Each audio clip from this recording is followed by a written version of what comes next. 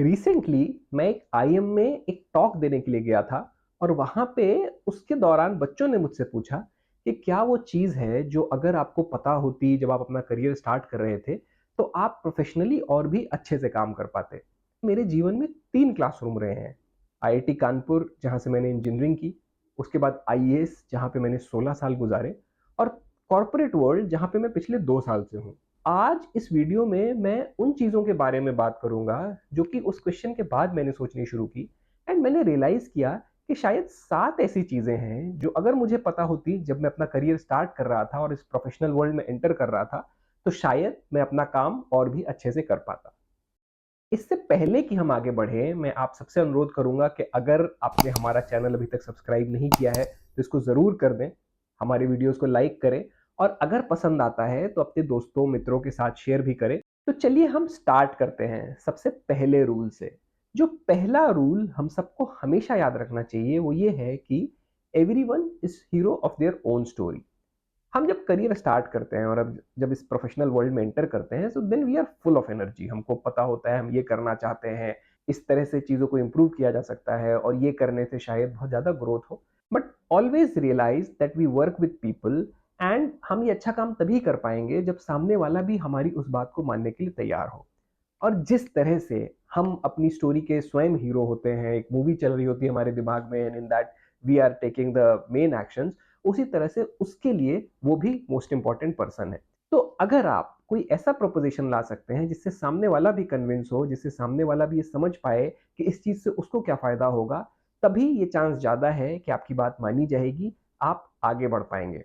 So whenever you enter any human interaction, अपने आप को सेंटर से हटा के ये भी सोचें कि सामने वाले का क्या इंसेंटिव है, सामने वाला क्या चाहता होगा and try to align what you are portraying so that सामने वाला भी आपकी बात को, आपके पॉइंट ऑफ व्यू को एक्सेप्ट कर पाए। Now let us come to rule number 2। Rule number 2 ये है कि लोग रैशनल नहीं होते हैं और इस बात को हम जितनी जल्दी मान लें उतना ही अच्छा होगा।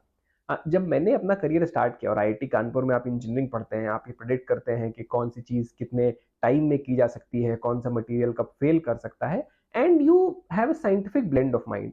But once you start working with people you realise that अरे ये तो रैशनल बिल्कुल नहीं है, अरे इतना लॉजिक इनको समझ में क्यों नहीं आ रहा है, इनके ये बायसेस क्यों हैं। But slowly you realize that human beings are emotional beings and again due to that we are also not rational. हमको हर किसी की इरेशनैलिटी को एक्सेप्ट करना सीखना चाहिए। इट्स नॉट दैट को आपको सब कुछ मानना पड़ेगा सामने वाला क्या कह रहा है, बट अननेसेसरी एनर्जी उन चीज़ों में जिससे आपको कोई मतलब नहीं है, उसमें वेस्ट करने से भी कोई फ़ायदा नहीं है। तीसरा रूल है एम्बिग्विटी इज़ एन अपॉर्च्युनिटी। कुछ भी प्रेडिक्ट कर पाना कि 1 साल बाद इकोनॉमी कैसी होगी, बिज़नेस कैसे ग्रो करेगा, लेट्स से आप कहाँ पे होंगे, बहुत मुश्किल होता है और हमको एम्बिग्विटी जनरली परेशान करती है। हम चाहते हैं सब कुछ प्रेडिक्टेबल हो। 6 महीने बाद क्या होने वाला है, 1.5 साल बाद क्या होने वाला है। आप बोल सकते हैं कि ह्यूमन बीइंग्स एक तरह की श्योरिटी भी चाहते हैं और अननोन का फ़ियर हमेशा डराता है हमें। लेकिन जीवन में वही लोग सक्सेसफुल होते हैं जो कि एम्बिग्विटी को एम्ब्रेस कर पाते हैं। एम्बिग्विटी तो रहेगी, लेकिन जो लोग एम्बिगुअस सिचुएशंस के लिए रेडी रहते हैं, उनके लिए हमेशा तैयारी करते रहते हैं, वही जीवन में सबसे आगे बढ़ते हैं। इनफैक्ट जब आप लीडरशिप की स्टाइल्स को पढ़ेंगे तो कई बार कुछ लीडर्स जानबूझ के एम्बिगुअस सिचुएशंस प्रिपेयर करते हैं, अपनी टीम को एम्बिगुअस सिचुएशंस देते हैं so that out of box solution जिसको बोलते हैं, उसको लाया जा सके। तो ये मान के चलिए कि आप जीवन में सब कुछ नहीं प्रेडिक्ट कर पाएंगे, सब कुछ नहीं समझ पाएंगे पहले से, लेकिन उसके लिए तैयार रहना है। अब हम फोर्थ रूल की तरफ आते हैं। द वर्ल्ड ओज यू नथिंग। मैं आईआईटी में सिलेक्शन हुआ मेरा, उसके बाद मैं आईएएस में आया और फिर जब मैं कॉर्पोरेट वर्ल्ड में आ रहा था, अगर मैं ये मान के आता कि मैं बहुत टैलेंटेड हूँ और मेरे अंदर कितना ज्ञान है और अब तो हर किसी को मुझसे सब कुछ समझना चाहिए, तो वो गलत स्ट्रैटेजी होती। मैंने हमेशा ये जीवन में माना है कि वर्ल्ड ओज यू नथिंग। आपको हमेशा अपनी यूटिलिटी प्रूव करनी होती है, आपको हमेशा लोगों के हिसाब से, उस ऑर्गेनाइजेशन के हिसाब से ढलना पड़ता है, एक ऐसा प्रोपोजिशन लाना पड़ता है जो कि उनको लगे उनके लिए बेनिफिशियल है and only then world will accept you and not only accept you, world will reward you much more than you expect. तो ये मान के चलें कि वर्ल्ड ओज यू नथिंग। ना तो आपकी डिग्री बहुत महान है, ना आपकी यूटिलिटी बहुत महान है, ना आपका टैलेंट बहुत महान है। You have to prove yourself each and every time. Continue to prove yourself every day. Try to help everyone. Try to help your organization. Try to help your friends and family.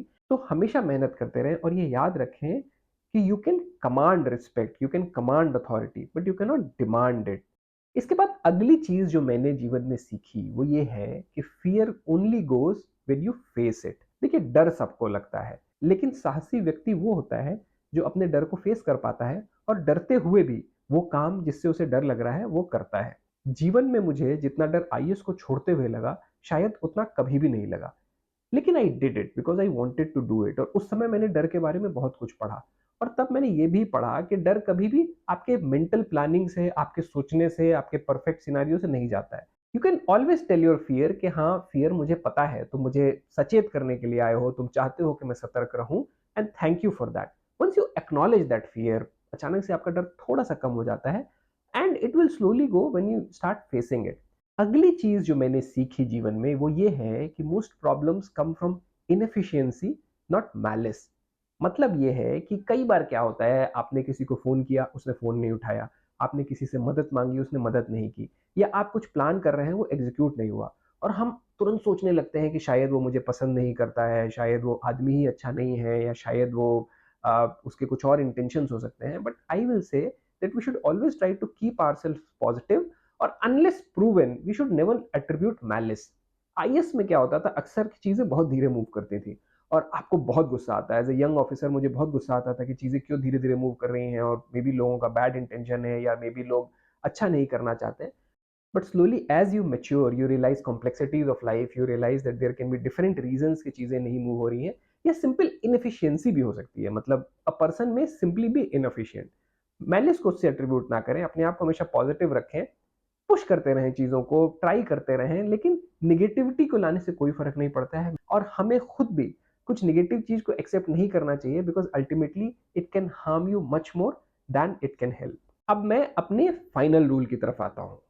My 7th rule is time cures almost everything. तो कई बार जीवन में ऐसी चीज़ें आएँगी कि आपको solution नहीं मिलेंगे, परिस्थितियाँ बहुत कठिन लगेंगी, कुछ समझ में नहीं आएगा, लगेगा कि इसके आगे शायद कोई रास्ता भी नहीं है।